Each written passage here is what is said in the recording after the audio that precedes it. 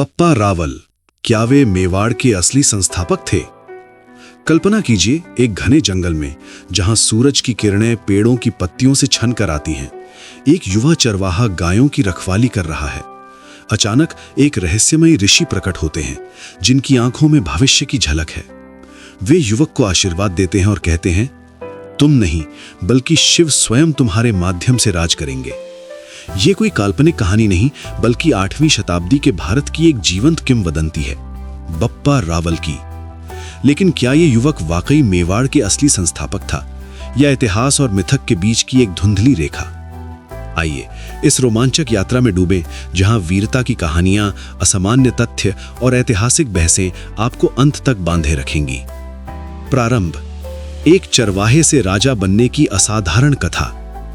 बप्पा रावल का नाम सुनते ही राजस्थान की घाटियां गूंज उठती हैं।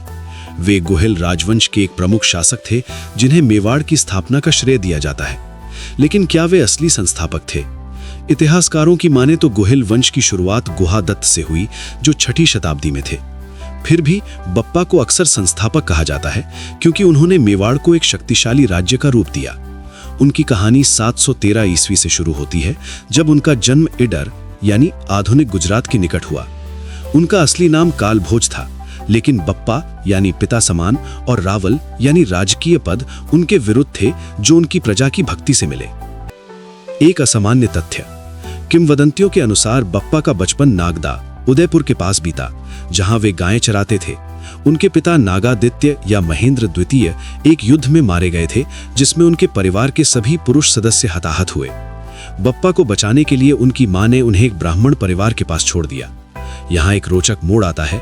बप्पा ने एक भील परिवार के साथ भी समय बिताया, जो बाद में उनकी सेना का महत्वपूर्ण हिस्सा बने। क्या आप जानते हैं कि भीलों ने उन्हें बापा कहा, क्योंकि वे उनकी रक्षा करते थे? ये असामान्य गठबंधन राजपूत इतिहास में दुर्लभ है, जहां आदिवासी और राजकीय योद्धा एक साथ खड़े हुए। बप्पा के जीवन में निर्णायक मोड़ तब आया जब वे हारित ऋषि से मिले। एकलिंग महात्म्य 15वीं शताब्दी का ग्रंथ के अनुसार बप्पा ने ऋषि की तपस्या में सहयोग किया। प्रसन्न होकर ऋषि ने उन्हें शिव की कृपा से युक्त एक चमत्कारी तलवार दी और भविष्यवाणी की कि वे मेवाड़ के शासक बनेंगे। ये कथा गोरखनाथ और पृथ्वी नारायण शाह की कहानी से मिलती जुलती है, जो दर्शाती है कि भारतीय मिथक कैसे साझा सांस्कृतिक तत्वों से बुने जाते हैं। असामान्य तथ्य, कुछ किंवदंतियों में कहा जाता है कि बप्पा ने ऋषि की सेवा में इतनी निष्ठा दिखाई कि शिव स्वयं प्रकट हुए और उन्हें हिंदू सूर्य यानी हिंदुओं का सूरज का खिताब दिया। ये उपाधि उनकी धार्मिक निष्ठा को रेखांकित करती है, जो बाद में मेवाड़ की राजनीति का आधार बनी। उदय, चित्तौड़ पर विजय और अरब आक्रमणों का सामना। 734 ईस्वी में मात्र 20 वर्ष की उम्र में बप्पा ने मान मोरी यानी मौर्य वंश के शासक को हराकर चित्तौड़ दुर्ग पर कब्जा किया। ये विजय मेवाड़ की स्थापना का प्रतीक मानी जाती है। लेकिन क्या वे असली संस्थापक थे? गुहिल वंश की शुरुआत गुहादत्त से हुई थी, जो नागदा को राजधानी बनाकर शासन करते थे। बप्पा ने इसे विस्तार दिया, चित्तौड़ को नई राजधानी बनाया और राज्य को मजबूत किया।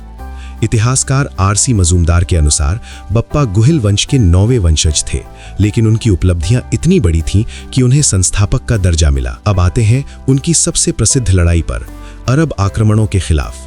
8वीं शताब्दी में उमैयद खलीफा के सेनापति मोहम्मद बिन कासिम ने सिंध पर कब्जा कर लिया था और उत्तर पश्चिम भारत पर धावे बोल रहे थे। मौर्य, चावड़ा और अन्य राजा उन्हें रोक नहीं पा रहे थे। बप्पा ने गुर्जर प्रतिहार शासक नागभट्ट प्रथम के साथ गठबंधन किया और एक संघ बनाया, जिसमें भील और नागा योद्धा भी शामिल थे। ये राजस्थान की लड़ाई के रूप में जाना जाता है। असामान्य तथ्य, किंवदंतियों में कहा जाता है कि बप्पा ने अरबों को हराकर गजनी आधुनिक अफगानिस्तान तक पीछा किया, वहां के शासक सलीम को हराया और अपने भतीजे को गवर्नर बनाया। क्या आप जानते हैं कि रावलपिंडी शहर का नाम उनके नाम पर पड़ा? ये एक लोकप्रिय किंवदंती है। हालांकि इतिहासकार इसे अतिशयोक्ति मानते हैं, लेकिन ये बप्पा की पहुंच को दर्शाती है। आरवी सोमानी जैसे इतिहासकारों के अनुसार 725 ईस्वी के आसपास अरबों ने चित्तौड़ पर हमला किया, लेकिन बप्पा की सेना ने उन्हें खदेड़ दिया। इस विजय ने उन्हें राजगुरु और चक्रवर्ती की उपाधियां दिलाईं। एक और रोचक तथ्य, बप्पा के सिक्कों पर शिवलिंग, त्रिशूल, नंदी और गौ बछड़े के चिन्ह हैं। एक सिक्के पर राम की मूर्ति भी है, जो उनकी शिव भक्ति और राम भक्ति का मिश्रण दर्शाता है। ये सिक्के लगभग 115 ग्रेन वजन के गौरीशंकर हीराचंद ओझा ने खोजे, जो बप्पा की आर्थिक शक्ति को प्रमाणित करते हैं। शासनकाल, धार्मिक और सांस्कृतिक योगदान। बप्पा का शासन 728 से 753 या 764 ईस्वी तक माना जाता है। उन्होंने नागदा को राजधानी रखा और एक लिंगजी मंदिर की स्थापना की, जो मेवाड़ राजवंश का पारिवारिक देवता बना। किंवदंती है कि हारीत ऋषि के आश्रम के निकट ये मंदिर बनवाया गया, जहां शिव को एक लिंगनाथ के रूप में पूजा जाता है। बप्पा ने खुद को शिव का दीवान यानी प्रधानमंत्री घोषित किया, जो मेवाड़ की अनोखी परंपरा बनी। राजा स्वयं को सेवक मानते थे। ये धार्मिक दृष्टिकोण उनकी शक्ति का स्रोत था। असामान्य तथ्य, बप्पा ने लगभग 18 अंतर्राष्ट्रीय विवाह किए, जिसमें अरब राजकुमारियों से भी।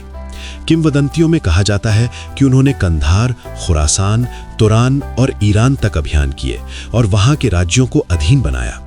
एक कथा के अनुसार उन्होंने कराची को सैन्य ठिकाना बनाया और दक्षिण के नोलांबा साम्राज्य से मित्रता की। मधुगिरी पहाड़ियों में उनके भ्रमण के साक्ष्य मिलते हैं। क्या ये अतिशयोक्ति है? शायद, लेकिन ये दर्शाता है कि बप्पा की किंवदंतियां कितनी दूर तक फैली। उन्होंने आदि वराह मंदिर भी बनवाया, जो उनकी सांस्कृतिक विरासत का हिस्सा है। बप्पा की सेना में भीलों का योगदान उल्लेखनीय था। वे जंगलों के जानकार थे और गुरिल्ला युद्ध में माहिर।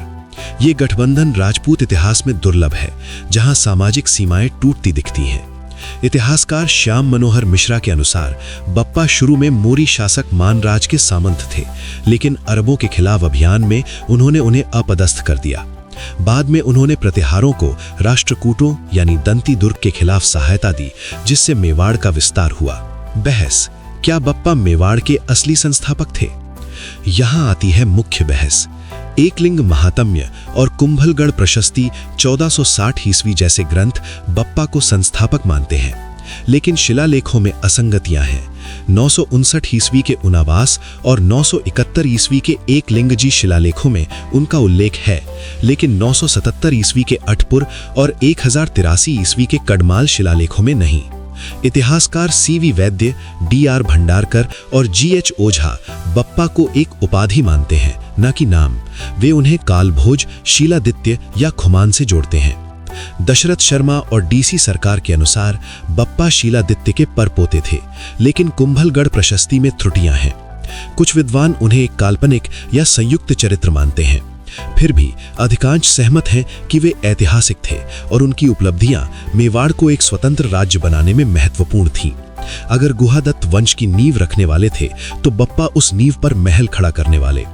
असामान्य तथ्य, एक शिलालेख में उन्हें गुहिल वंश के राजकुमारों में सबसे चमकदार चंद्रमा कहा गया है, जो उनकी प्रतिष्ठा को दर्शाता है।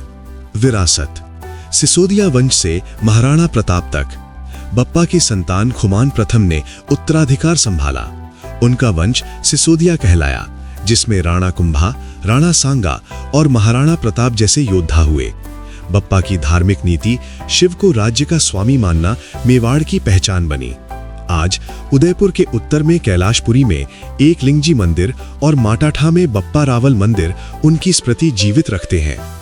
असामान्य तथ्य, 1925 में बनी मूक फिल्म मेवाड़पति बप्पा रावल उनकी जीवन पर आधारित थी। आधुनिक संस्कृति में वे वीडियो गेम्स और उपन्यासों में नायक हैं, लेकिन एक रोचक बात, उनके सिक्कों पर विकृत कान वाले व्यक्ति की छवि, जो शायद नाथ सिद्धों या पाशुपत संप्रदाय की दीक्षा का प्रतीक है। ये दर्शाता है कि बप्पा योद्धा के साथ साथ संत भी थे। 753 ईस्वी में उन्होंने संन्यास लिया और समाधि ली, लेकिन उनकी कथा अमर है।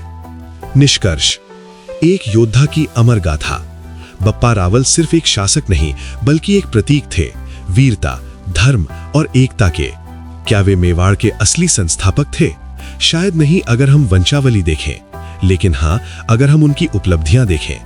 उनकी कहानी हमें सिखाती है कि इतिहास मिथकों से बुना होता है, लेकिन सच्चाई की चिंगारी हमेशा जलती रहती है। असामान्य तथ्यों से भरी ये गाथा चरवाहे से चक्रवर्ती बनना, अरबों को हराना और शिव का दीवान बनना हमें प्रेरित करती है।